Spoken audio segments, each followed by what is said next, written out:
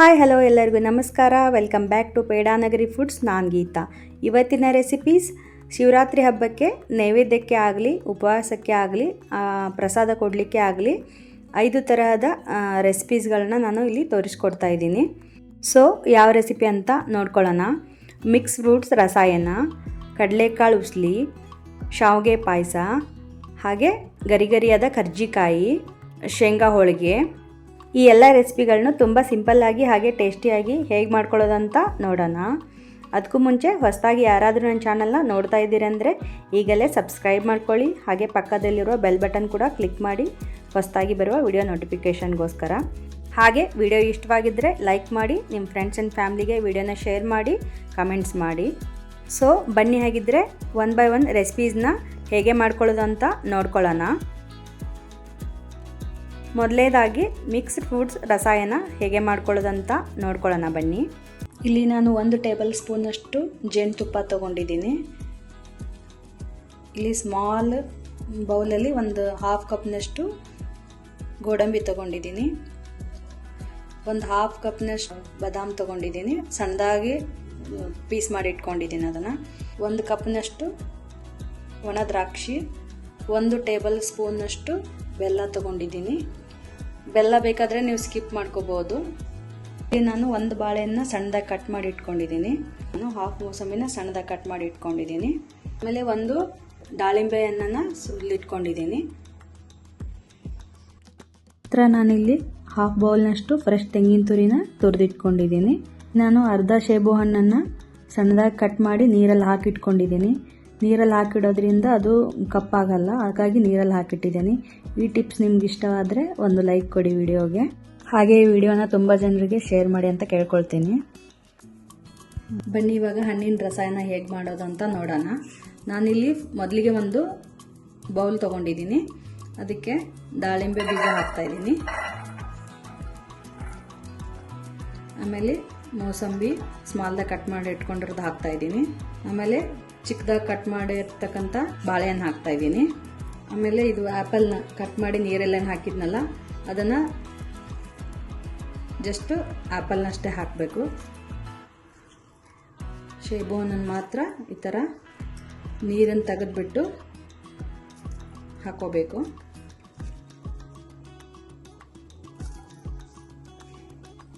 ಇದನ್ನೆಲ್ಲ ಒಂದ್ಸಲ ಮಿಕ್ಸ್ ಮಾಡೋಣ.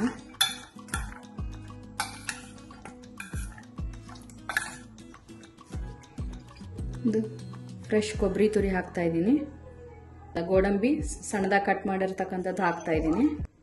ಆಮೇಲೆ ಒಣ ದ್ರಾಕ್ಷಿ, ನಿಮ್ಮ ಹತ್ರ ಫ್ರೆಶ್ ಗ್ರೇಪ್ಸ್ ಇದ್ದರೆ ಯಾವುದು ಹಾಕ್ಕೋಬೋದು. ನಾನು ಒಣ ದ್ರಾಕ್ಷಿ ಹಾಕ್ಕೊಳ್ತಾ ಇದ್ದೀನಿ. ಆಮೇಲೆ ಯಾವುದೇ ಥರದ ಹಣ್ಣನ್ನು ನೀವು ಆ್ಯಡ್ ಮಾಡ್ಕೋಬೋದು. ಇದೇ ಹಣ್ಣನ್ನು ನಂತರ ಹಾಕ್ಕೋಬೇಕಂತೇನಿಲ್ಲ. ನೀವು ಸೀಸನಲ್ ಫ್ರೂಟ್ಸ್ ಯಾವುದಾದ್ರೂ ಹಾಕ್ಕೋಬೋದು. ಆಮೇಲೆ ಇದು ಚಿಕ್ಕದಾಗಿ ಕಟ್ ಮಾಡಿಟ್ಟಿರ್ತಕ್ಕಂಥ ಬಾದಾಮ್ ಹಾಕ್ತಾಯಿದ್ದೀನಿ. ನೀವು ಬೇರೆ ಫ್ರೂಟ್ಸ್ ಅಷ್ಟೇ ಮಾಡ್ಕೋಬೋದು, ಡ್ರೈ ಫ್ರೂಟ್ಸ್ ಹಾಕಿನೂ ಮಾಡ್ಕೋಬೋದು. ಆಮೇಲೆ ಸ್ವಲ್ಪ ಬೆಲ್ಲ ಹಾಕ್ತಾಯಿದ್ದೀನಿ. ಜೇನುತುಪ್ಪ ತೊಗೊಂಡಿದ್ವಲ್ಲ ಅದನ್ನು ಹಾಕ್ತಾಯಿದ್ದೀನಿ. ಚೆನ್ನಾಗಿ ಮಿಕ್ಸ್ ಮಾಡ್ಕೊಳ್ಳೋಣ. ನೀವು ಜೇನುತುಪ್ಪ ಆಮೇಲೆ ಬೆಲ್ಲ ಹೆಚ್ಚು ಕಡಿಮೆ ಮಾಡ್ಕೋಬೋದು, ಎಷ್ಟೇ ಹಾಕ್ಕೋಬೇಕಂತೇನಿಲ್ಲ. ಫ್ರೂಟ್ಸನ್ನ ನಿಮ್ಗೆ ಯಾವುದು ಇಷ್ಟವಾಗುತ್ತೆ, ಸೀಸನಲ್ ಫ್ರೂಟ್ಸ್ ಯಾವುದಾದ್ರೂ ಹಾಕ್ಕೋಬೋದು. ನೈವೇದ್ಯಕ್ಕೆ ರಸಾಯನ ರೆಡಿ ಆಯಿತು. ನೀವು ಯಾವುದೇ ಹಬ್ಬಕ್ಕೆ ಇದನ್ನು ಮಾಡ್ಕೋಬೋದು. ಪ್ರಸಾದಕ್ಕೋಸ್ಕರ ನೈವೇದ್ಯ ಸಿಂಪಲ್ ಆಗಿರುತ್ತೆ. ಒಂದು 2-3 ಮಿನಿಟ್ಸಲ್ಲಿ ನೀವು ಮಾಡ್ಕೊಂಡ್ಬಿಡ್ಬೋದು. ನೈವೇದ್ಯಕ್ಕಾಗಲಿ ಪ್ರಸಾದ ಕೊಡ್ಲಿಕ್ಕಾಗ್ಬೋದು. ಈ ಥರ ಸಿಂಪಲ್ಲಾಗಿ ಮಾಡ್ಕೋಬೋದು. ತುಂಬ ಟೇಸ್ಟಿಯಾಗಿರುತ್ತೆ, ಹಾಗೆ ಅಷ್ಟೇ ಹೆಲ್ದಿ ಇರುತ್ತೆ. ನೀವು ಈವ್ನಿಂಗ್ ಟೈಮ್ ಏನಾದರೂ ಸ್ನ್ಯಾಕ್ಸ್ ತಿನ್ಬೇಕನ್ಸಿದ್ರೆ ಈ ಥರ ಹೆಲ್ದಿಯಾಗಿ ಸ್ನ್ಯಾಕ್ಸನ್ನ ಮಾಡ್ಕೋಬೋದು. ನೀವು ಉಪವಾಸ ಇರೋ ಟೈಮಲ್ಲಿ ಕೂಡ ಈ ಥರ ಫ್ರೂಟ್ ಸಲಾಡ್ನ ಮಾಡ್ಕೋಬೋದು. ಸೊ ನೋಡಿದ್ರಲ್ಲ, ಸಖತ್ ಟೇಸ್ಟಿಯಾಗಿ ಹಾಗೆ ಅಷ್ಟೇ ಸಿಂಪಲ್ಲಾಗಿ ಮಾಡ್ಕೊಳ್ಳೋವಂಥ ಮಿಕ್ಸ್ಡ್ ಫ್ರೂಟ್ಸ್ ರಸಾಯನ ರೆಡಿ ಆಗೋಯ್ತು. ತುಂಬ ಸಿಂಪಲ್ಲಾಗಿ ಮಾಡ್ಕೊಳ್ಳೋವಂಥದ್ದು ತುಂಬಾ ರುಚಿಯಾಗಿರುತ್ತೆ. ನೀವು ಬೇಕಾದರೆ ಒಂದ್ಸಲ ಟ್ರೈ ಮಾಡಿ ನೋಡಿ, ಹಾಗೆ ಹೇಗೆ ಬಂತು ಅಂತ ಕಮೆಂಟ್ ಮಾಡಿ ತಿಳಿಸಿ. ಮಿಕ್ಸ್ಡ್ ಫ್ರೂಟ್ಸ್ ರಸಾಯನ ಹೇಗೆ ಮಾಡ್ಕೊಳ್ಳೋದಂತ ನೋಡ್ಕೊಂಡ್ರಲ್ವಾ. ಇವಾಗ ನೆಕ್ಸ್ಟ್ ರೆಸಿಪಿ ಕಡಲೆಕಾಳು ಉಸ್ಲಿನ ಹೇಗೆ ಮಾಡ್ಕೊಳ್ಳೋದಂತ ನೋಡ್ಕೊಳ್ಳೋಣ ಬನ್ನಿ. ನಾನಿಲ್ಲಿ 1 ಕಪ್ಪು ಕಡಲೆಕಾಳನ್ನು ಬಿಸಿನೀರು ಹಾಕಿಬಿಟ್ಟು ಓವರ್ನೈಟ್ ನೆನೆಸಿಟ್ಟಿದ್ದೀನಿ. ಮಿನಿಮಮ್ 8 ತಾಸು ನೆನೆಸ್ಬೇಕು, ಅಂದರೆ ಕಡಲೆಕಾಳು ಉಸ್ಲಿ ಚೆನ್ನಾಗಿ ಬರುತ್ತೆ. ಚೆನ್ನಾಗಿ ಬೇಯುತ್ತೆ, ಹಾಗೆ ಚೆನ್ನಾಗಿ ಟೇಸ್ಟ್ ಬರುತ್ತೆ. ನಾನು 2-3 ಸಲ ವಾಶ್ ಮಾಡ್ಕೊಂಡು ಬರ್ತೀನಿ. ನೋಡಿ ಇವಾಗ ವಾಶ್ ಆಗಿದೆ. ಇದನ್ನು ಒಂದು ಕುಕ್ಕರ್ಗೆ ಹಾಕ್ತಾಯಿದ್ದೀನಿ. ಕುಕ್ಕರ್ಗೆ ಹಾಕಿಬಿಟ್ಟು ಅದು ಕಡಲೆಕಾಳು ಬೇಯೋಷ್ಟು ನೀರು ಹಾಕ್ಕೋಬೇಕು. 2 ಕಪ್ನಷ್ಟು ನಾನು ನೀರು ಹಾಕ್ಕೊಳ್ತಾ ಇದ್ದೀನಿ. 1 ಕಪ್ ಕಡಲೆಕಾಳಿದೆ, 2 ಕಪ್ನಷ್ಟು ನೀರು ಹಾಕ್ಕೊಂಬಿಟ್ಟು ಸ್ವಲ್ಪ ಉಪ್ಪನ್ನು ಸೇರಿಸ್ಕೊಂಡು ಇದನ್ನು ನಾನು 3-4 ವಿಷಲ್ ಕೂಗಿಸ್ಕೊಳ್ತೀನಿ.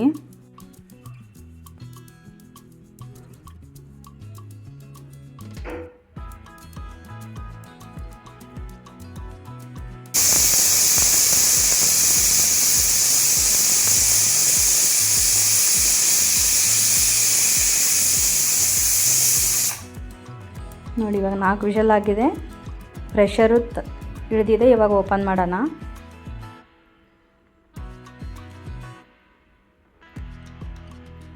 ನೋಡಿ ಕಡಲೆಕಾಳು ಇಷ್ಟು ಸಾಫ್ಟಾಗಿ ಬೆಂದಿರಬೇಕು. ಕಡಲೆಕಾಳು ಒಡಿಯೋಂಗೆ ಬೇಯಿಸ್ಕೋಬಾರ್ದು. ಈಚೆಗೆ ನೋಡಿದರೆ ಕಡಲೆಕಾಳು ಚೆನ್ನಾಗಿ ಸ್ಮ್ಯಾಶ್ ಆಗಬೇಕು, ಆ ಥರ ಬೇಯಿಸ್ಕೋಬೇಕು. ಒಡೆದೋದ್ರೆ ಚೆನ್ನಾಗಿರಂಗಿಲ್ಲ. ಈ ಥರ ಬೇಯಿಸ್ಕೊಳ್ಳಿ. ಇದನ್ನು ನಾನು ಒಂದು ಸ್ಟ್ರೈನರ್ಗೆ ಸೋಸ್ಕೊಳ್ತಾ ಇದ್ದೀನಿ ಕಡಲೆಕಾಳನ್ನು. ಇವಾಗ ನಾನು ಒಲೆ ಮೇಲೆ ಒಂದು ಪ್ಯಾನ್ ಇಟ್ಕೊಂಡು ಒಂದು 2-3 ಟೇಬಲ್ ಸ್ಪೂನ್ ಎಣ್ಣೆ ಹಾಕ್ಕೊಂಡೆ. ನಂತರ ಎಣ್ಣೆ ಬಿಸಿ ಆದಮೇಲೆ 1 ಟೇಬಲ್ ಸ್ಪೂನಷ್ಟು ಸಾಸಿವೆ ಹಾಕ್ಕೊಳ್ತಾ ಇದ್ದೀನಿ. ಸಾಸಿವೆ ಚಿಟಪಟ ಅಂದಮೇಲೆ 1 ಟೇಬಲ್ ಸ್ಪೂನ್ ಜೀರಿಗೆ ಹಾಕ್ಕೊಳ್ತಾ ಇದ್ದೀನಿ.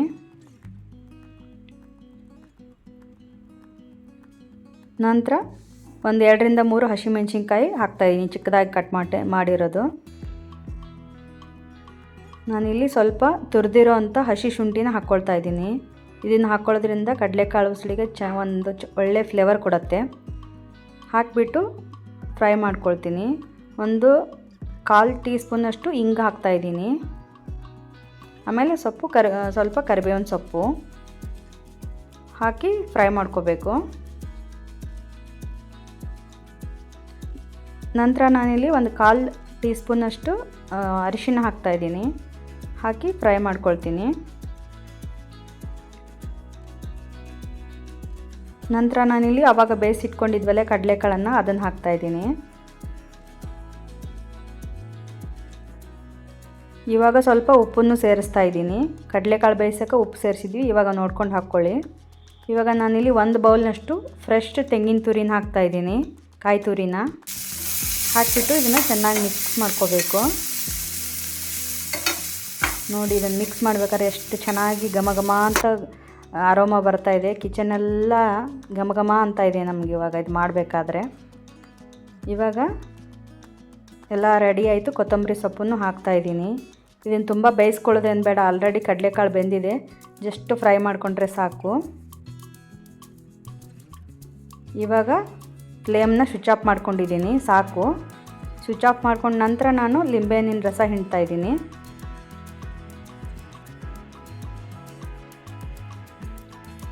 ಲಿಂಬೆಹಣ್ಣಿನ ರಸ ಹಾಕಿದ ಮೇಲೆ ಒಂದು ಸಲ ಮಿಕ್ಸ್ ಮಾಡೋಣ. ನೋಡಿ ಇವಾಗ ಕಡಲೆಕಾಳು ಉಸಳಿ ರೆಡಿಯಾಗೋಯ್ತು. ಇವಾಗ ಇದನ್ನ ಒಂದು 5 ನಿಮಿಷ ಮುಚ್ಚಿಡೋಣ. ಅಂದರೆ ಅದು ಚೆನ್ನಾಗಿ ಉಪ್ಪು ಖಾರ ಎಲ್ಲ ಹೀರ್ಕೊಳ್ಳುತ್ತೆ. ಇವಾಗ ನೋಡು ರೆಡಿಯಾಗೋಯ್ತು. ಜಸ್ಟ್ ನೀವು ಒಂದು 10 ಮಿನಿಟ್ಸ್ಲೇ ಬಿಡ್ಬೋದು ಇದನ್ನ. ಪ್ರಸಾದಕ್ಕೆ ಅಥವಾ ಊಟಕ್ಕೆ ಏನಾದರೂ ಸೈಡೇ ಬೇಕಂದ್ರೂ ಮಾಡ್ಕೊಂಬಿಡ್ಬೋದು. ತುಂಬಾ ಚೆನ್ನಾಗಿರುತ್ತೆ. ನೋಡಿ ನಾನು ಇವಾಗ ಒಂದು ಸರ್ವಿಂಗ್ ಬೌಲ್ಗೆ ಸರ್ವ್ ಮಾಡ್ತಾಯಿದ್ದೀನಿ.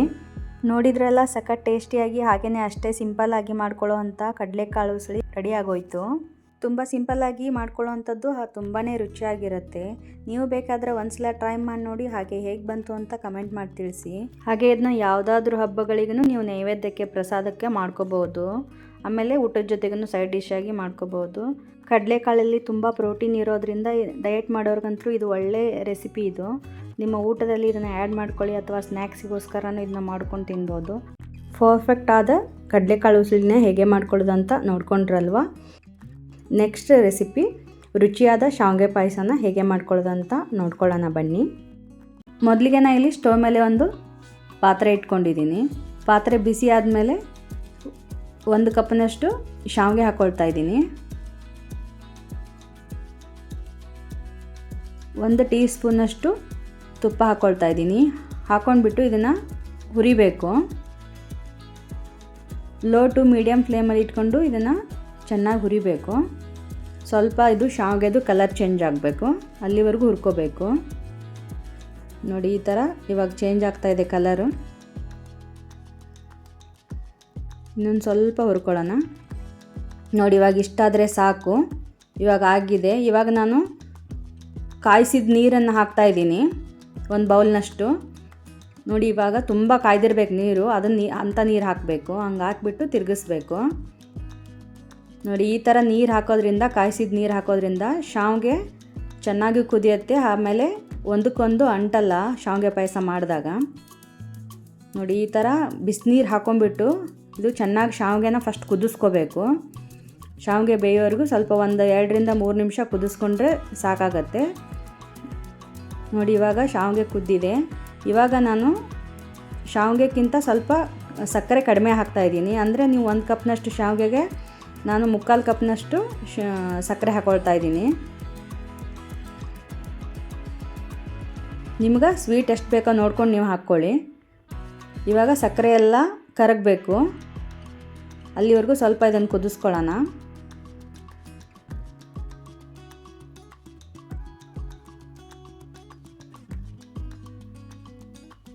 ಶಾವಿಗೆ ಬೆಂದಾದಮೇಲೆ ನೀವು ಸಕ್ಕರೆ ಹಾಕ್ಕೋಬೇಕಾಗತ್ತೆ. ನೋಡಿ ಇವಾಗ ಸಕ್ಕರೆ ಎಲ್ಲ ಕರಗಿದೆ. ನಾನು 1 ಕಪ್ನಷ್ಟು ಕಾಯಿಸಿದ ಹಾಲನ್ನು ಹಾಕ್ಕೊಳ್ತಾ ಇದ್ದೀನಿ. ಕಾಯಿಸಿದ ಹಾಲನ್ನು ಹಾಕ್ಕೊಳ್ಳೋದ್ರಿಂದ ಶಾವಿಗೆ ಪಾಯಸ ತುಂಬ ಚೆನ್ನಾಗಿ ಬರುತ್ತೆ. ಈ ಹಾಲನ್ನು ಹಾಕ್ಕೊಂಡ್ಬಿಟ್ಟು ನೀವು ತುಂಬ ಕುದ್ಸಕ್ಕೆ ಹೋಗಬೇಡಿ. ಇದನ್ನು ಆಲ್ರೆಡಿ ನಾವು ಕಾಯಿಸ್ಬಿಟ್ಟು ಹಾಕ್ಕೊಳ್ತಾ ಇದ್ದೀವಿ. ಇವಾಗ ನಾನು ಸ್ವಲ್ಪ ಏಲಕ್ಕಿ ಪುಡಿ ಹಾಕ್ಕೊಳ್ತಾ ಇದ್ದೀನಿ. ಒಂದು 2 ಏಲಕ್ಕಿ ಅಷ್ಟು ಹಾಕ್ಕೊಳ್ತಾ ಇದ್ದೀನಿ. ಹಾಕ್ಕೊಂಬಿಟ್ಟು ಚೆನ್ನಾಗಿ ಮಿಕ್ಸ್ ಮಾಡೋಣ. ನೋಡಿ ಇಷ್ಟು ಹಾಲು ಹಾಕ್ಕೊಂಡಿದ್ದೀನಿ ನಾನು. ನೀವು ಬೇಕಾದರೆ ಇನ್ನೂ ಸ್ವಲ್ಪ ಕನ್ಸಿಸ್ಟೆನ್ಸಿ ತಳ್ಳಗೆ ಮಾಡ್ಕೋಬೋದು. ನೋಡಿ ಇವಾಗ ಪಾಯಸ ರೆಡಿಯಾಗೋಯ್ತು. ನಾನು ಫ್ಲೇಮ್ನ ಸ್ವಿಚ್ ಆಫ್ ಮಾಡ್ಕೊಳ್ತಾ ಇದ್ದೀನಿ. ಇವಾಗ ಮತ್ತೊಂದು ಚಿಕ್ಕ ಪ್ಯಾನ್ ಇಟ್ಕೊಂಡು ನಾನು ಅದಕ್ಕೆ ಒಂದು 2 ಟೇಬಲ್ ಸ್ಪೂನಷ್ಟು ತುಪ್ಪ ಹಾಕ್ಕೊಳ್ತಾ ಇದ್ದೀನಿ. ತುಪ್ಪ ಕರಗಿದ ಮೇಲೆ ನಾನಿಲ್ಲಿ 1 ಟೇಬಲ್ ಸ್ಪೂನಷ್ಟು ಚಿಕ್ಕದಾಗಿ ಕಟ್ ಮಾಡಿರ್ತಕ್ಕಂಥ ಗೋಡಂಬಿ ಹಾಕ್ಕೊಂಡು ಫ್ರೈ ಮಾಡ್ಕೊಳ್ತಾ ಇದ್ದೀನಿ. ಸ್ವಲ್ಪ ಲೈಟ್ ಗೋಲ್ಡನ್ ಬ್ರೌನ್ ಆದರೆ ಸಾಕು.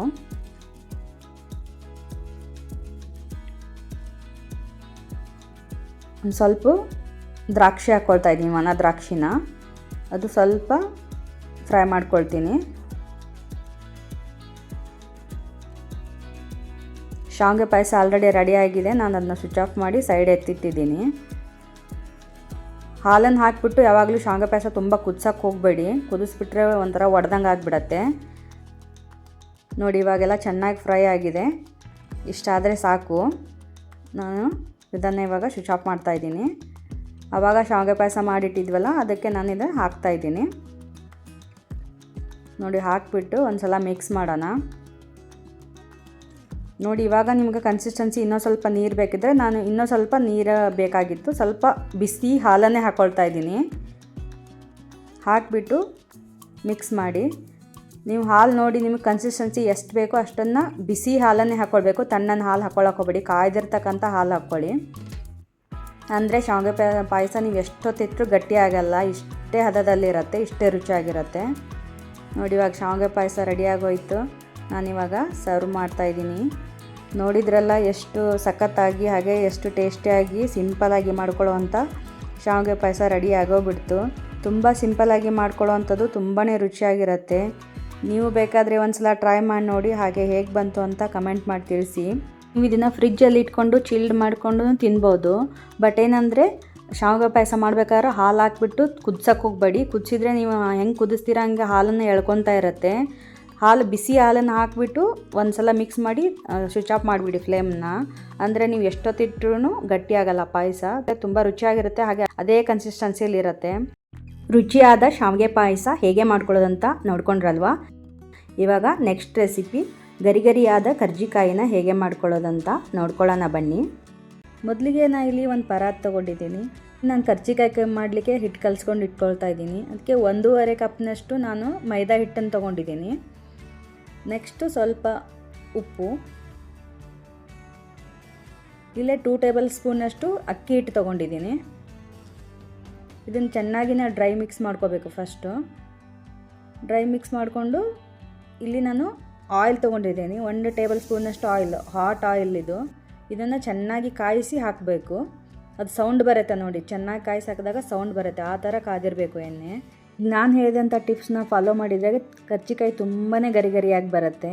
ಇವಾಗ ಅದು ಎಣ್ಣೆನ ಹಾಕೊಂಡ್ಬಿಟ್ಟು ಚೆನ್ನಾಗಿ ಡ್ರೈ ಮಿಕ್ಸ್ ಮಾಡ್ಕೋಬೇಕಂದು ಫಸ್ಟು ಎಲ್ಲ ಹಿಟ್ಟಿನ ಜೊತೆ ಚೆನ್ನಾಗಿ ಬೆರಿಬೇಕು ಎಣ್ಣೆ, ಹಂಗೆ ಮಿಕ್ಸ್ ಮಾಡಿಕೊಂಡು ಆಮೇಲೆ ಸ್ವಲ್ಪನೇ ನೀರು ಹಾಕ್ಕೊಂಡು ಇದನ್ನು ಹಿಟ್ಟು ಗಟ್ಟಿಯಾಗಿ ಕಲಿಸ್ಕೋಬೇಕು. ಹೇಗೆಂದರೆ ಪೂರಿ ಕಲಿಸ್ಕೊಂಡಾಗ ಕಲಿಸ್ಕೋಬೇಕು, ತುಂಬ ಗಟ್ಟಿಯಾಗಿರಬೇಕು. ಚಪಾತಿ ಹಿಟ್ಟಿನ ಥರ ಕಲಿಸ್ಕೊಳಕ್ಕೆ ಹೋಗಬೇಡಿ, ಗಟ್ಟಿಯಾಗಿ ಈ ಥರ ಕಲಿಸ್ಕೊಂಡಾದ್ಮೇಲೆ ಸ್ವಲ್ಪ ಎಣ್ಣೆ ಹಚ್ಚಿಬಿಟ್ಟು ಥರ ಮಿಕ್ಸ್ ಮಾಡಿ ಒಂದು ಮುಚ್ಚಳ ಮುಚ್ಚಿ ಇಟ್ಬಿಡಿ. ಈ ಹಿಟ್ಟು ಕಲಸಿ ಅರ್ಧ ಗಂಟೆ ನೆನೆಸಿದ್ರೆ ಸಾಕು. ಇವಾಗ ನಾನು ಒಂದು ಮಿಕ್ಸಿ ಜಾರ್ ತೊಗೊಂಡಿದ್ದೀನಿ. ಇಲ್ಲಿ ನಾನು ಒಂದು ಹಾಫ್ ಕಪ್ಪು ಹುರಿಗಡ್ಲೆ ಹಿಟ್ಟು ತೊಗೊಂಡಿದ್ದೀನಿ, ಅಂದರೆ ಪುಟಾಣಿ ಹಿಟ್ಟು. ನಿಮ್ಮ ಹತ್ರ ಹಿಟ್ಟಿಲ್ಲ ಅಂದರೆ ಹುರಿಗಡ್ಲೆನೇ ಮಿಕ್ಸಿಗೆ ಹಾಕ್ಕೊಂಡು ಪುಡಿ ಮಾಡ್ಕೊಳ್ಳಿ. ಇಲ್ಲಿ 1 ಕಪ್ಪು ಬೆಲ್ಲ, ಹಿಟ್ಟಿನಕ್ಕಿಂತ ಜಾಸ್ತಿ ಬೆಲ್ಲ ತೊಗೊಳ್ಬೇಕು. ಎರಡನ್ನೂ ಸೇರಿಸ್ಬಿಟ್ಟು ಮಿಕ್ಸಿಯಲ್ಲಿ ತರಿಯಾಗಿ ಪೌಡ್ರ್ ಮಾಡ್ಕೊಳ್ಬೇಕು. ಇದು ಏನಕ್ಕೆ ಅಂದರೆ ಕರ್ಜಿಕಾಯಲ್ಲಿ ಸ್ಟಫಿಂಗ್ ಮಾಡ್ಕೊಳ್ಳೋದಕ್ಕೆ, ಇದಕ್ಕೆ ನಾವು ಸೂಸ್ಲಾ ಅಂತ ಕರಿತೇವೆ. ನೋಡಿ ಇವಾಗ ರೆಡಿ ಆಯಿತು. ನೋಡಿ ಈ ಥರ ಇರಬೇಕು. ಈಗ ತೋರಿಸ್ತಾ ಇದ್ದೀನಲ್ಲ, ಇಷ್ಟಿದ್ರೆ ಸಾಕು. ಇವಾಗ ನಾನು ಇದನ್ನು ಒಂದು ಬೌಲ್ಗೆ ಟ್ರಾನ್ಸ್ಫರ್ ಮಾಡ್ಕೊಳ್ತೀನಿ. ಇದಕ್ಕೆ ನಾನು 1/4 ಕಪ್ನಷ್ಟು ಒಣ ಕೊಬ್ಬರಿ ತುರಿ ಹಾಕ್ತಾಯಿದ್ದೀನಿ. ಆಮೇಲೆ ಇದು ಬಿಳಿ ಎಳ್ಳು ಡ್ರೈ ರೋಸ್ಟ್ ಮಾಡ್ಕೊಂಡಿರೋಂಥದ್ದು 1/4 ಕಪ್ಪು. ಆಮೇಲೆ ಗಸಗಸೆ 1 ಟೇಬಲ್ ಸ್ಪೂನ್ ಹಾಕಿದರೆ ಸಾಕು. ಇದು ಡ್ರೈ ರೋಸ್ಟ್ ಮಾಡಿ ಇಟ್ಕೋಬೇಕು, ಹಾಗೆ ಹಾಕಬೇಡಿ, ಹಸಿದೆ ಹಾಕಿದರೆ ಕಹಿ ಬಂದುಬಿಡತ್ತೆ. ಡ್ರೈ ರೋಸ್ಟ್ ಮಾಡಿ ಹಾಕಿ. ಆಮೇಲೆ ಇದು ಒಂದು 3 ಏಲಕ್ಕಿ ಪುಡಿನ ನಾನು ಕುಟ್ಟಿಟ್ಕೊಂಡಿದ್ದೀನಿ, ಅದನ್ನು ಹಾಕ್ತಾಯಿದ್ದೀನಿ. ಹಾಕಿಬಿಟ್ಟು ಎಲ್ಲ ಚೆನ್ನಾಗಿ ಮಿಕ್ಸ್ ಮಾಡಬೇಕು. ಚೆನ್ನಾಗೆಲ್ಲ ಹೊಂದ್ಕೊಳ್ಳೋ ಥರ ಮಿಕ್ಸ್ ಮಾಡಿ. ನೋಡಿ ಇವಾಗ ಸೂಸ್ಲಾ ರೆಡಿ ಆಯಿತು. ನೆಕ್ಸ್ಟ್ ನಾವು ಹಿಟ್ಟು ಕಲಸಿಟ್ಟಿದ್ವಲ್ಲ, ಅದು ಇವಾಗ ಅರ್ಧ ಗಂಟೆ ಆಗಿದೆ. ಇವಾಗ ಅದನ್ನ ಸರಿಯಾಗಿ ಒಮ್ಮೆ ಹಿಂಗೆ ನಾದ್ಕೊಳ್ಳೋಣ. ನಾದ್ಕೊಂಡ್ಬಿಟ್ಟು ಇದು ಸಣ್ಣ ಉಂಡೆಗಳನ್ನಾಗಿ ಮಾಡ್ಕೋಬೇಕು. ಕರ್ಜಿಕಾಯಿ ಲಟ್ಟಿಸ್ಲಿಕ್ಕೆ ಎಲೆಗಳನ್ನ ಮಾಡ್ಕೋಬೇಕು. ಇವಾಗ ಲಟ್ಟಿಸ್ಬಿಟ್ಟು ನೋಡಿ ಈ ಥರ ಮಾಡ್ಕೊಂಬಿಟ್ಟು ಇದನ್ನು ಕವರ್ ಮಾಡಿಡಿ. ಉಳಿದಿರೋ ಹಿಟ್ಟನ್ನು ಡ್ರೈ ಮಾಡಬೇಡಿ, ಅದನ್ನು ಕವರ್ ಮಾಡಬೇಕು. ಇಲ್ಲಿ ನಾನು ಸ್ವಲ್ಪ ಮೈದಾ ಹಿಟ್ಟನ್ನು ತೊಗೊಂಡಿದ್ದೀನಿ, ಡ್ರೈ ಮೈದಾ ಹಿಟ್ಟನ್ನು. ಅದನ್ನು ಸ್ವಲ್ಪ ಹಿಂಗೆ ಹಾಕ್ಕೊಂಡ್ಬಿಟ್ಟು ಸ್ವಲ್ಪ ಚಿಕ್ಕ ಉಂಡೆಗಳನ್ನಾಗಿ ಮಾಡ್ಕೊಳ್ಳೋಣ. ಕರ್ಜಿಕಾಯಿ ಎಲೆಗಳನ್ನ ಲಟ್ಟಿಸ್ಲಿಕ್ಕೆ ಈ ಥರ ಮಾಡಿಟ್ಕೊಂಡು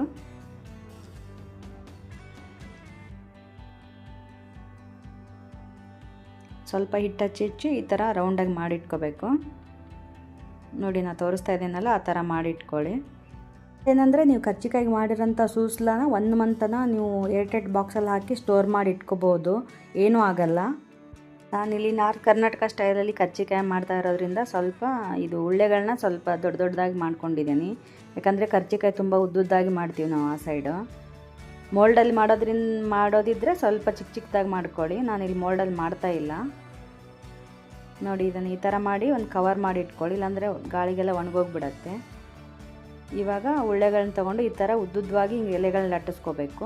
ನೀವು ಪೂರಿಗೆ ಹೆಂಗೆ ಲಟ್ಟಿಸ್ಕೊತೀರಲ್ಲ ಹಾಗೆ ಉದ್ದುದ್ದವಾಗಿ ಲಟ್ಟಿಸ್ಕೋಬೇಕು. ನೋಡಿ ಈ ಥರ ಲಟ್ಟಿಸ್ಬೇಕು. ಬಟ್ ಪೂರಿ ಅಷ್ಟು ಎಲೆಗಳನ್ನ ದಪ್ಪ ಮಾಡಬೇಡಿ, ಸ್ವಲ್ಪ ತೆಳ್ಳಗೆ ಲಟ್ಟಿಸ್ಬೇಕು. ನೋಡಿ ಇದೇ ಥರನೇ ಲಟ್ಟಿಸ್ಕೊಂಡು ಇಟ್ಕೋಬೇಕು. ಸ್ವಲ್ಪನೇ ಲಟ್ಟಿಸ್ಕೊಂಡು ನೀವು ಫಿಲ್ ಮಾಡ್ಕೊಳ್ಳಿ. ಒಂದು 10 ಎಲೆಗಳನ್ನ ಲಟ್ಟಿಸ್ಕೊಂಡು ಈ ಥರ ಇಟ್ಕೊಳ್ಳಿ. ಯಾಕಂದರೆ ಅವು ಎಲೆಗಳು ಲಟ್ಟಿಸಿರ್ತೀವಲ್ಲ, ಗಾಳಿಗೆಲ್ಲ ಒಣಗೋಗ್ಬಾರ್ದು. ಅದಕ್ಕೆ ಸ್ವಲ್ಪನೇ ಲಟ್ಟಿಸ್ಬೇಕು. ಅದನ್ನೇ ಮತ್ತೆ ನಾವು ಕರ್ಜಿಕಾಯಿನ ರೆಡಿ ಮಾಡ್ಕೋಬೇಕು. ನೋಡಿ ಈ ಥರ ನಾನು ತೋರಿಸ್ತಾ ಇದ್ದೀನಲ್ಲ, ಇದೇ ಥರ ಎಲ್ಲ ಎಲೆಗಳನ್ನ ಲಟ್ಟಿಸ್ಕೊಂಡು ಇವಾಗ ನಾನು ಒಂದು ಬೌಲ್ಗೆ ಸ್ವಲ್ಪ ನೀರು ಹಾಕಿದೆ, 1 ಸ್ಪೂನ್ನಷ್ಟು ಮೈದಾ ಹಿಟ್ಟು, ಆಮೇಲೆ 1 ಸ್ಪೂನ್ನಷ್ಟು ನಾವೇನು ಸೂಸ್ಲಾ ಮಾಡಿಟ್ಕೊಂಡಿದ್ವಲ್ಲ ಬೆಲ್ಲ ಪುಟಾಣಿ ಹಿಟ್ಟು ಹಾಕಿ ಅದನ್ನು ಹಾಕಿ ಇಲ್ಲಿ ಮಿಕ್ಸ್ ಮಾಡ್ಕೊತಾ ಇದ್ದೀನಿ. ಇದು ಏನಕ್ಕೆ ಅಂದರೆ ಕರ್ಜಿಕಾಯಿ ಮಾಡ್ತೀವಲ್ಲ ಸೈಡೆಲ್ಲ ಹಚ್ಚಿಬಿಟ್ಟು ಅದನ್ನೇ ಅಂಟಿಸ್ಲಿಕ್ಕೆ ಅದು ರೆಡಿ ಮಾಡಿ ಇಟ್ಕೊಂಡೆ. ಇವಾಗ ನಾವು ಎಲ್ಲ ಎಲೆಗಳನ್ನೂ ಈ ಥರ ಹಾಕಿಬಿಟ್ಟು ನೋಡಿ ಈ ಥರ ಎಲ್ಲ ಹಾಕ್ಕೊಂಬಿಟ್ಟು ಅದರಲ್ಲಿ ಸೂಸ್ಲಾನ ಹಾಕಬೇಕು. ಈ ಥರ ಅವಾಗೇ ನಾವು ಬೆಲ್ಲ ಮತ್ತು ಪುಟಾಣಿ ಪುಡಿನ ಸೇರಿಸಿ ಪೌಡ್ರ್ ಮಾಡಿ ಇಟ್ಕೊಂಡ್ವಲ್ಲ ಅದನ್ನು ಈ ಥರ ಸ್ಟಫಿಂಗ್ ಮಾಡೋಕ್ಕೆ ಹಾಕಬೇಕು. ನೋಡಿ ಈ ಥರ ಅದು ನಾವು ಮಿಕ್ಸ್ ಮಾಡಿ ಇಟ್ಕೊಂಡಿದ್ವಲ್ಲ ನೀರಲ್ಲಿ ಸ್ವಲ್ಪ ಹಿಟ್ಟು ಮತ್ತು ಸುಸ್ಲ ಹಾಕಿ ಅದನ್ನು ಈ ಥರ ಹಚ್ಕೋಬೇಕು. ಈ ಥರ ಹಚ್ಕೊಂಡಾಗ ನಾವು ಈ ಕರ್ಜಿಕಾಯಿಗಳನ್ನ ಏನು ಎಣ್ಣೆಲಿ ಹಾಕ್ತೀವಲ್ಲ ಅದು ಓಪನ್ ಆಗೋದಲ್ಲ. ಅದಕ್ಕೋಸ್ಕರ ಈ ಥರ ಹಚ್ಕೊಂಡ್ಬಿಟ್ಟು ಕರ್ಜಿಕಾಳನ್ನ ಈ ಥರ ಕ್ಲೋಸ್ ಮಾಡಬೇಕು. ನೋಡಿ ಈ ಥರ ಪ್ರೆಸ್ ಮಾಡಿ ಕ್ಲೋಸ್ ಮಾಡಬೇಕು. ನೋಡಿ ನಾನು ತೋರಿಸ್ತಾ ಇದ್ದೀನಲ್ಲ ಅದೇ ಥರ ಚೆನ್ನಾಗಿ ಪ್ರೆಸ್ ಮಾಡಿ. ಇವಾಗ ನಾನು ಇಲ್ಲಿ ಈ ಥರ ನಾನು ಕೊರಗೋಲಿ ಅಂತ ಹೇಳ್ತೀವಿ ನಾವು ಇದಕ್ಕೆ. ಇದರಿಂದ ನಾನು ಡಿಸೈನ್ ಬರೋದಕ್ಕೋಸ್ಕರ ಇದನ್ನು ಯೂಸ್ ಮಾಡ್ತೀವಿ. ನಿಮ್ಮ ಹತ್ರ ಇದಿಲ್ಲ ಅಂತಂದರೆ ಹಾಗೇ ಹಾಕೋಬೋದು, ಪ್ರೆಸ್ ಮಾಡಿಬಿಟ್ಟು ಎಣ್ಣೆಲಿ ಹಾಗೆ ಹಾಕೋಬೋದು.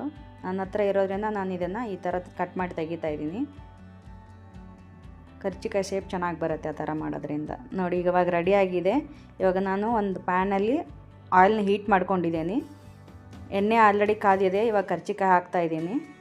ಎಣ್ಣೆ ಕಾದಾದಮೇಲೆ ಇನ್ನೊಂದು ಇದು ಎಣ್ಣೆನ ಮೀಡಿಯಮ್ ಫ್ಲೇಮಲ್ಲಿ ಇಟ್ಕೊಳ್ಳಿ. ಆಮೇಲೆ ಫಸ್ಟ್ ಎಣ್ಣೆ ಎಲ್ಲ ಕಾಯಬೇಕು, ಆಮೇಲೆ ಮೀಡಿಯಮ್ ಫ್ಲೇಮಲ್ಲಿ ಇಟ್ಕೊಳ್ಳಿ. ನೋಡಿ ಎಷ್ಟು ಚೆನ್ನಾಗಿ ಇವಾಗ ಬುರುಬುರು ಉಬ್ತಾ ಇದೆ. ಹಾಗೆ ಸ್ವಲ್ಪ ಹೊತ್ತಾದಮೇಲೆ ಈ ಥರ ತಿರುಗಿಸಿ ಹಾಕಿ. ನೋಡಿ ಕಲರ್ ನೋಡಿ ಎಷ್ಟು ಚೆನ್ನಾಗಿ ಬರ್ತಾ ಇದೆ. ನೋಡಿ ಎಷ್ಟು ಗರಿಗರಿಯಾಗಿ ಬರ್ತಾ ಇದೆ.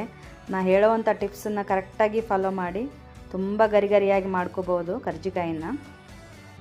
ನೋಡಿ ಇವಾಗ ಚೆನ್ನಾಗಿ ಕಲರ್ ಬಂದಿದೆ. ಇವಾಗ ತಗೊಂಬಿಡೋಣ ಅವನ್ನ. ಕರ್ಜಿಕಾಯಿ ಎಲ್ಲ ಬಿಸಿ ತಣ್ಣಗಾದ್ಮೇಲೆ ಒಂದು ಏರ್ ಟೈಟ್ ಬಾಕ್ಸಿಗೆ ಹಾಕಿ ಸ್ಟೋರ್ ಮಾಡ್ಕೊಳ್ಳಿ. 15 to 20 days ಯೂಸ್ ಮಾಡ್ಕೋಬೋದು. ನೋಡಿ ಎಷ್ಟು ಚೆನ್ನಾಗಿ ಕಲರ್ ಬಂದಿದೆ, ಚೆನ್ನಾಗಿ ಉಬ್ಕೊಂಡಿದ್ದಾವೆ ಕರ್ಜಿಕಾಯಿಗಳು. ನಾನು ನೆಕ್ಸ್ಟ್ ಬ್ಯಾಚ್ ಕರ್ಜಿಕಾಯಿಗಳನ್ನು ಹಾಕ್ತಾಯಿದ್ದೀನಿ. ಇದೇ ಥರ ಎಲ್ಲ ಕರ್ಜಿಕಾಯಿಗಳನ್ನು ನಾನು ರೆಡಿ ಮಾಡಿ ಇಟ್ಕೊಳ್ತಾ ಇದ್ದೀನಿ. ಒಂದು 10 ಕರ್ಜಿಕಾಯಿಗಳನ್ನ ರೆಡಿ ಮಾಡಿ ಈ ಥರ ಡೀಪ್ ಫ್ರೈ ಮಾಡಿ ಇಟ್ಕೋಬೇಕು. ಒಂದೇ ಸಲ ಎಲ್ಲ ಮಾಡಿ ಒಂದೇ ಸಲ ಡೀಪ್ ಫ್ರೈ ಮಾಡಬಾರ್ದು. 10 ಮಾಡಿ ಈ ಥರ ಫ್ರೈ ಮಾಡ್ಕೋಬೇಕು. ಮತ್ತೆ ಉಳಿದಿರೋ ಮಿಕ್ಕಿರೋ ಅಂಥದ್ದನ್ನು ಮತ್ತೆ ಲಟ್ಟಿಸ್ಕೊಂಡು ಕರ್ಜಿಕಾಯಿ ಮಾಡ್ಕೊಂಡು ಈ ಥರ ಮಾಡ್ಕೋಬೇಕು.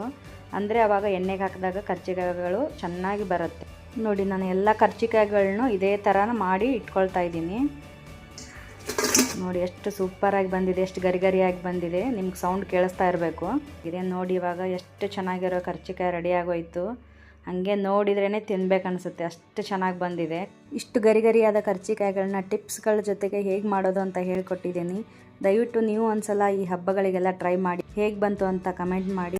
ಗರಿಗರಿಯಾದ ಕರ್ಜಿಕಾಯಿನ ಹೇಗೆ ಮಾಡ್ಕೊಳ್ಳೋದು ಅಂತ ನೋಡ್ಕೊಂಡಿದ್ರಲ್ವ. ಇವಾಗ ನೆಕ್ಸ್ಟ್ ರೆಸಿಪಿ ರುಚಿಯಾದ ಶೇಂಗಾ ಹೋಳಿಗೆನ ಹೇಗೆ ಮಾಡ್ಕೊಳ್ಳೋದು ಅಂತ ನೋಡೋಣ ಬನ್ನಿ. ಮೊದಲಿಗೆ ನಾನಿಲ್ಲಿ ಒಂದು ಪರಾತ್ಗೆ ಅರ್ಧ kg ಮೈದಾ ಹಿಟ್ಟನ್ನು ಹಾಕಿ ಇಟ್ಕೊಂಡಿದ್ದೀನಿ. ಅದಕ್ಕೆ ಅರ್ಧ ಕಪ್ಪು ಅಕ್ಕಿ ಹಿಟ್ಟನ್ನು ಹಾಕ್ಕೊಳ್ತಾ ಇದ್ದೀವಿ. ಆಮೇಲೆ ರುಚಿಗೆ ಸ್ವಲ್ಪ ಉಪ್ಪನ್ನು ಸೇರಿಸ್ಕೊಳ್ತಾ ಇದ್ದೀವಿ. ಅಕ್ಕಿ ಹಿಟ್ಟು ಹಾಕೋದ್ರಿಂದ ಹೋಳಿಗೆ ತುಂಬಾ ಚೆನ್ನಾಗಿ ಬರುತ್ತೆ. ನೀವು ಎಷ್ಟು ಹೋಳಿಗೆ ಕಟ್ ಮಾಡ್ಕೊತಿರಲ್ಲ ಅಷ್ಟೇ ಮುರಿಯುತ್ತೆ. ಆಮೇಲೆ 1 ಟೇಬಲ್ ಸ್ಪೂನಷ್ಟು ಎಣ್ಣೆಯನ್ನು ಸೇರಿಸ್ಕೊಂಡು ಚೆನ್ನಾಗಿ ಒಂದು ಸಲ ಡ್ರೈ ಮಿಕ್ಸ್ ಮಾಡ್ಕೊಳ್ತಾ ಇದ್ದೀವಿ.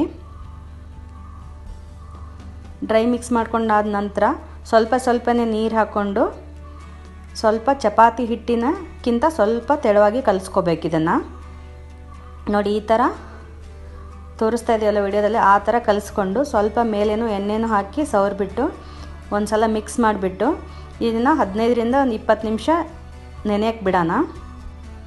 ಒಂದು ಮುಚ್ಚಳ ಮುಚ್ಚಿ ನೆನೆಯಕ್ಕೆ ಬಿಡೋಣ. ನಾನಿಲ್ಲಿ ನೆಕ್ಸ್ಟ್ ಒಲೆ ಮೇಲೆ ಒಂದು ಬಾಣಲೆ ಇಟ್ಕೊಂಡು ಅದಕ್ಕೆ 1.5 kg ಶೇಂಗಾನ ಹಾಕ್ಕೊಂಡು ಈ ಥರ ರೋಸ್ಟ್ ಮಾಡ್ಕೋಬೇಕು. ಹೈ ಟು ಮೀಡಿಯಮ್ ಫ್ಲೇಮ್ ಇಟ್ಕೊಂಡು ಚೆನ್ನಾಗಿ ರೋಸ್ಟ್ ಮಾಡ್ಕೋಬೇಕು. ಇದನ್ನು ಹುರ್ಕೋಬೇಕು.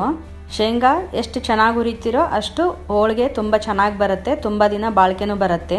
ನೋಡಿ ನಾನು ಇಲ್ಲಿ ತೋರಿಸ್ತಾ ಇದ್ದೀನಲ್ಲ, ಈ ಥರ ಇದನ್ನು ಹುರ್ಕೋಬೇಕು.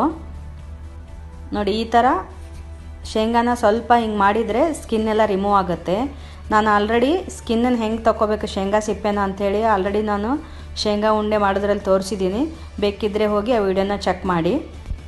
ನೋಡಿ ಇಲ್ಲೆಲ್ಲ ಶೇಂಗಾ ಸಿಪ್ಪೆ ತೆಗೆದಿದ್ದಾಯಿತು. ನೋಡಿ ಈ ಥರ ಆಗಬೇಕು. ನಂತರ ನಾನಿಲ್ಲಿ ಒಂದು ಮಿಕ್ಸಿ ಜಾರ್ ತೊಗೊಂಡು ಅದಕ್ಕೆ ಒಂದು ಸ್ವಲ್ಪ ಶೇಂಗಾ ಹಾಕ್ಕೊಂಬಿಟ್ಟು ಮೊದಲು ಅದನ್ನು ಸ್ವಲ್ಪ ತರಿಯಾಗಿ ಪೌಡ್ರ್ ಮಾಡ್ಕೋಬೇಕು. ನೋಡಿ ಇವಾಗ ಪೌಡ್ರ್ ಮಾಡ್ಕೊಂಬಂದೆ. ಅದಕ್ಕೆ ನಾನಿಲ್ಲಿ 750 ಗ್ರಾಮ್ನಷ್ಟು ಬೆಲ್ಲ ತೊಗೊಂಡಿದ್ದೀವಿ. ಅದನ್ನು ಸ್ವಲ್ಪ ಹಾಕ್ಕೊಂಬಿಟ್ಟು ಮತ್ತೆ ಒಂದು ಸಲ ಮಿಕ್ಸಿ ಮಾಡ್ಕೋಬೇಕು. ಒಂದು 3ರಿಂದ 4 ಬ್ಯಾಚ್ ಆಗುತ್ತೆ. ನಾನು ಬ್ಯಾಚ್ ವೈಸ್ ಮಿಕ್ಸಿ ಮಾಡ್ಕೊಳ್ತಾ ಇದ್ದೀನಿ. ನೋಡಿ ಬೆಲ್ಲ ಹಾಕ್ಕೊಂಬಿಟ್ಟು ಈ ಥರ ತರಿ ಪೌಡ್ರ್ ಆಗುತ್ತೆ, ಆ ಥರ ಮಿಕ್ಸಿ ಮಾಡ್ಕೋಬೇಕು. ಇದನ್ನು ಒಂದು ಮಿಕ್ಸಿಂಗ್ ಬೌಲ್ಗೆ ಇವಾಗ ಹಾಕೋಣ. ನೆಕ್ಸ್ಟ್ ಅದೇ ಥರ ನಾನು ಒಂದು 2-3 ಬ್ಯಾಚ್ ಮಿಕ್ಸಿ ಮಾಡಿಕೊಂಡೆ.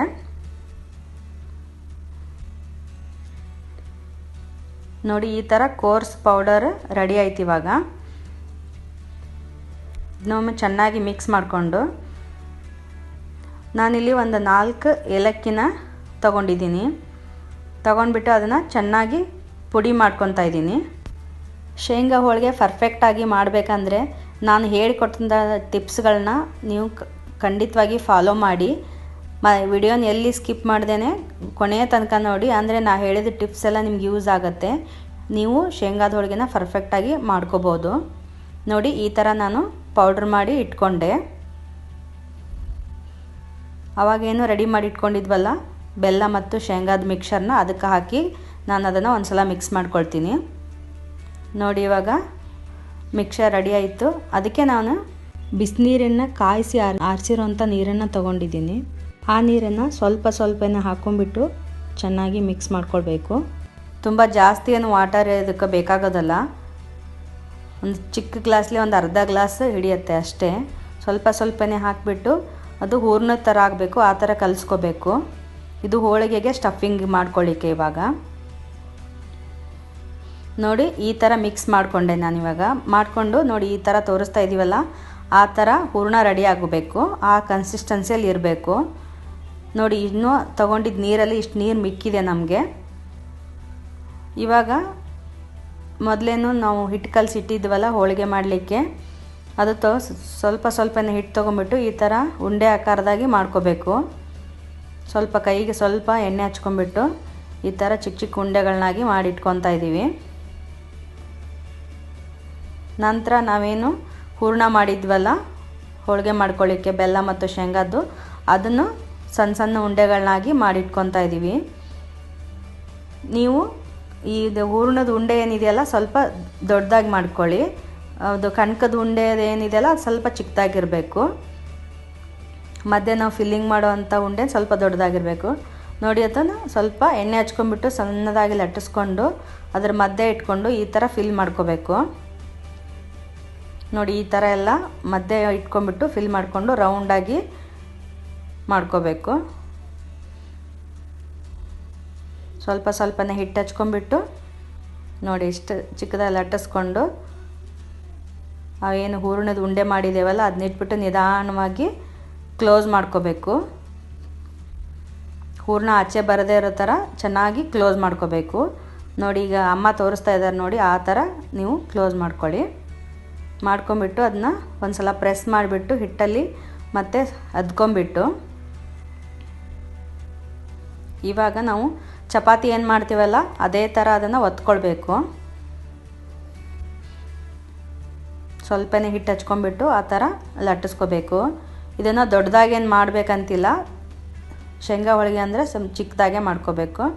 ಮಾಡಿ ನಾವು ಒಂದು ಪ್ಲೇಟಿಗೆ ರೆಡಿ ಮಾಡಿ ಇಟ್ಕೊಳ್ತಾ ಇದ್ದೀವಿ. ಇದೇ ಥರನೇ ನಾವು ಮಿಕ್ಕಿದ್ದು ಹೋಳಿಗೆನೂ ಮಾಡಿ ಇಟ್ಕೊಳ್ತಾ ಇದ್ದೀವಿ.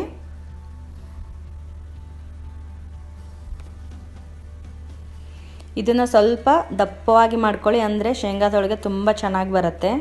ನೋಡಿ ಇಲ್ಲಿ ತೋರಿಸ್ತಾ ಇದ್ದೀವಲ್ಲ, ಇಷ್ಟು ತಿಕ್ನೆಸ್ ಇರಬೇಕು, ಅಂದರೆ ಶೇಂಗಾ ಹೋಳಿಗೆ ತುಂಬ ಚೆನ್ನಾಗಿರುತ್ತೆ. ನೋಡಿ ಇದಕ್ಕಿಂತ ತಳಗೆ ಲಟ್ಟಿಸ್ಕೊಳಕ್ಕೆ ಹೋಗಬೇಡಿ. ತಳಗೆ ಲಟ್ಟಿಸ್ಕೊಂಡ್ರೆ ಹೋಳಿಗೆಗಳು ತುಂಬ ಡ್ರೈ ಆಗ್ತವೆ. ನೋಡಿ ನಾವಿಲ್ಲಿ ನೆಕ್ಸ್ಟು ಒಲೆ ಮೇಲೆ ಒಂದು ಪ್ಯಾನನ್ನ ಬಿಸಿಗಿಟ್ಟಿದ್ವಿ. ಪ್ಯಾನ್ ಬಿಸಿ ಆದಮೇಲೆ ಹೋಳಿಗೆನ ಹಾಕಿಬಿಟ್ಟು ಬೇಯಿಸ್ಕೊಳ್ತಾ ಇದ್ವಿ. ಇದಕ್ಕೆ ನೀವು ಎಣ್ಣೆಯನ್ನು ಹಚ್ಚೋದು ಬೇಡ, ಎಣ್ಣೆ ಇಲ್ಲದೇ ಹೋಳಿಗೆನ ಬೇಯಿಸ್ಕೋಬೇಕಾಗತ್ತೆ. ನೋಡಿ ಎರಡು ಸೈಡು ಈ ಥರ ಚೆನ್ನಾಗಿ ಬೇಯಿಸ್ಕೋಬೇಕು. ಸ್ವಲ್ಪ ಪ್ರೆಸ್ ಮಾಡಿ ಬೇಯಿಸ್ಕೊಂಡ್ರೆ ಶೇಂಗಾ ಹೋಳಿಗೆ ಪೂರಿ ಥರ ಉಬ್ಬತ್ತೆ. ನೋಡಿ ಎಷ್ಟು ಚೆನ್ನಾಗಿ ಉಬ್ಬಿ ಬರ್ತಾಯಿದೆ. ನೋಡಿ ಇವಾಗ ಎರಡು ಸೈಡು ಈ ಥರ ಬೇಯಿಸ್ಕೊಂಡ್ಬಿಟ್ಟು ನೋಡಿ ಇವಾಗ ಇಷ್ಟ ಆದರೆ ಸಾಕು. ಇವಾಗ ತೆಗಿಯೋಣ. ಮತ್ತು ನಾನು ನೆಕ್ಸ್ಟು ಇನ್ನೊಂದು ಹೋಳಿಗೆ ಹಾಕ್ತಾಯಿದ್ದೀನಿ. ನೋಡಿ ಈ ಥಿಕ್ನೆಸ್ ಇದ್ದರೆ ತುಂಬ ಚೆನ್ನಾಗಿ ನೀವು ಹೋಳಿಗೆನ ಮಾಡ್ಕೋಬೋದು. ಇದಕ್ಕಿಂತ ತೆಳ್ಳಗೆ ಲಟ್ಟಿಸ್ಕೊಂಡ್ರೆ ಹೋಳಿಗೆ ಚೆನ್ನಾಗಾಗಲ್ಲ, ತುಂಬ ಡ್ರೈ ಆಗುತ್ತೆ. ಅದಕ್ಕೆ ಈ ಥಿಕ್ನೆಸ್ಸಲ್ಲಿ ನೀವು ಹೋಳಿಗೆ ಮಾಡ್ಕೊಳ್ಳಿ. ತಿನ್ನಬೇಕಾದ್ರೆ ತುಂಬ ಚೆನ್ನಾಗಿರುತ್ತೆ. ಈ ಥಿಕ್ನೆಸ್ ಮಾಡಿಕೊಂಡ್ರೆ ನೀವು ಖರ್ಜೂರ ಹಣ್ಣು ತಿನ್ನಂಗೆ ಹೋಳಿಗೆ ಟೇಸ್ಟ್ ಬರುತ್ತೆ, ಅಷ್ಟು ಟೇಸ್ಟಿಯಾಗಿರುತ್ತೆ. ನೋಡಿ ಈ ಥರ ಎಲ್ಲ ಎರಡು ಸೈಡು ಚೆನ್ನಾಗಿ ಬೇಯಿಸ್ಕೋಬೇಕು. ನೋಡಿ ಜಸ್ಟ್ ನೀವು ಒಂದು ಸ್ವಲ್ಪ ಪ್ರೆಸ್ ಮಾಡಿದರೆ ಉಬ್ಕೊಂಡು ಬರುತ್ತೆ, ಅಷ್ಟು ಚೆನ್ನಾಗಿ ಆಗ್ತಾ ಇದ್ದಾವೆ ಹೋಳಿಗೆಗಳು. ಈಸಿಯಾಗೆ ಮಾಡ್ಕೋಬೋದು ನೀವು. ನಾನು ಹೇಳಿಕೊಟ್ಟಂಥ ಟಿಪ್ಸ್ಗಳನ್ನ ಕರೆಕ್ಟಾಗಿ ಫಾಲೋ ಮಾಡಿದರೆ ನೀವು ಈಸಿಯಾಗಿ ಮಾಡ್ಕೋಬೋದು. ಅದೇ ಥರ ನೆಕ್ಸ್ಟ್ ಹೋಳಿಗೆಗಳನ್ನು ನಾವು ಅದೇ ಥರ ಒಂದೊಂದಾಗಿ ಹಾಕಿ ಬೇಯಿಸ್ಕೊಳ್ತಾ ಇದ್ದೀವಿ. ಒಂದು 30 ಸೆಕೆಂಡ್ಸ್ ಆಚೆ ಈಚೆ ಬೇಯಿಸ್ಕೊಂಡ್ರೆ ಸಾಕಾಗತ್ತೆ. ಮೀಡಿಯಮ್ ಫ್ಲೇಮಲ್ಲಿ ಇಟ್ಕೊಂಡು ಬೇಯಿಸ್ಕೊಳ್ಳಿ.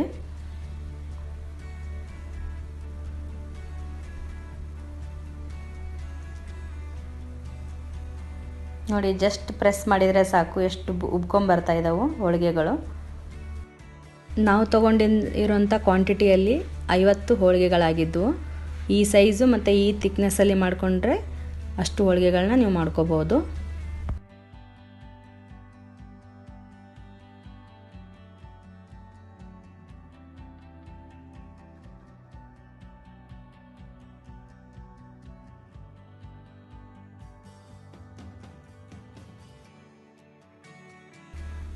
ವಾವ್, ನೋಡಿ ಯಾವ ಥರ ಉಬ್ತಾ ಇದ್ದಾವಂದರೆ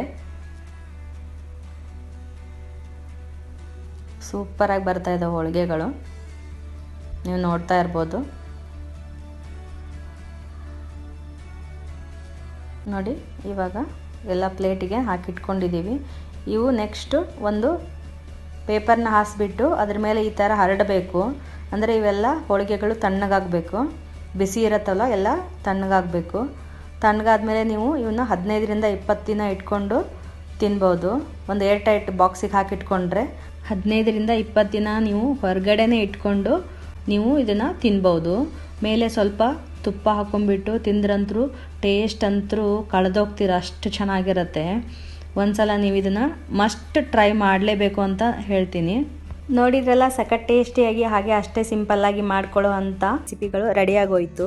ತುಂಬ ಸಿಂಪಲ್ಲಾಗಿ ಮಾಡ್ಕೊಳ್ಳೋ ಅಂಥದ್ದು ತುಂಬಾ ರುಚಿಯಾಗಿರುತ್ತವೆ. ನೀವು ಬೇಕಾದರೆ ಒಂದ್ಸಲ ಟ್ರೈ ಮಾಡಿ ನೋಡಿ, ಹಾಗೆ ಹೇಗೆ ಬಂದು ಅಂತ ಕಮೆಂಟ್ ಮಾಡಿ ತಿಳಿಸಿ. ಯಾರಿಗೆಲ್ಲ ಈ ರೆಸಿಪಿಗಳು ಇಷ್ಟವಾಗಿದೆ ವಿಡಿಯೋಗೊಂದು ಲೈಕ್ ಮಾಡಿ, ನಿಮ್ಮ ಫ್ರೆಂಡ್ಸ್ ಆ್ಯಂಡ್ ಫ್ಯಾಮ್ಲಿಗೆ ವಿಡಿಯೋನ ಶೇರ್ ಮಾಡಿ. ಹೊಸಬ್ರು ಯಾರಾದರೂ ನನ್ನ ಚಾನಲ್ನ ಫಸ್ಟ್ ಟೈಮ್ ನೋಡ್ತಾ ಇದ್ದರೆ ಇದೇ ಥರದ ಮತ್ತಷ್ಟು ಈಸಿ ರೆಸಿಪೀಸ್ಗಾಗಿ ಪೇಡಾನಗರಿ ಫುಡ್ ಚಾನಲ್ಗೆ ಸಬ್ಸ್ಕ್ರೈಬ್ ಆಗಿ ಅಂತ ಕೇಳ್ಕೊಳ್ತೀನಿ. ನಿಮ್ಮ ಫೇವ್ರೆಟ್ ಸ್ನ್ಯಾಕ್ಸ್ ಯಾವುದಂತ ಕಮೆಂಟ್ ಮಾಡಿ. ಮತ್ತೊಂದು ರೆಸಿಪಿಯೊಂದಿಗೆ ಮತ್ತೆ ಬರ್ತೀನಿ. ಅಲ್ಲಿವರೆಗೂ take care, bye, thanks for watching.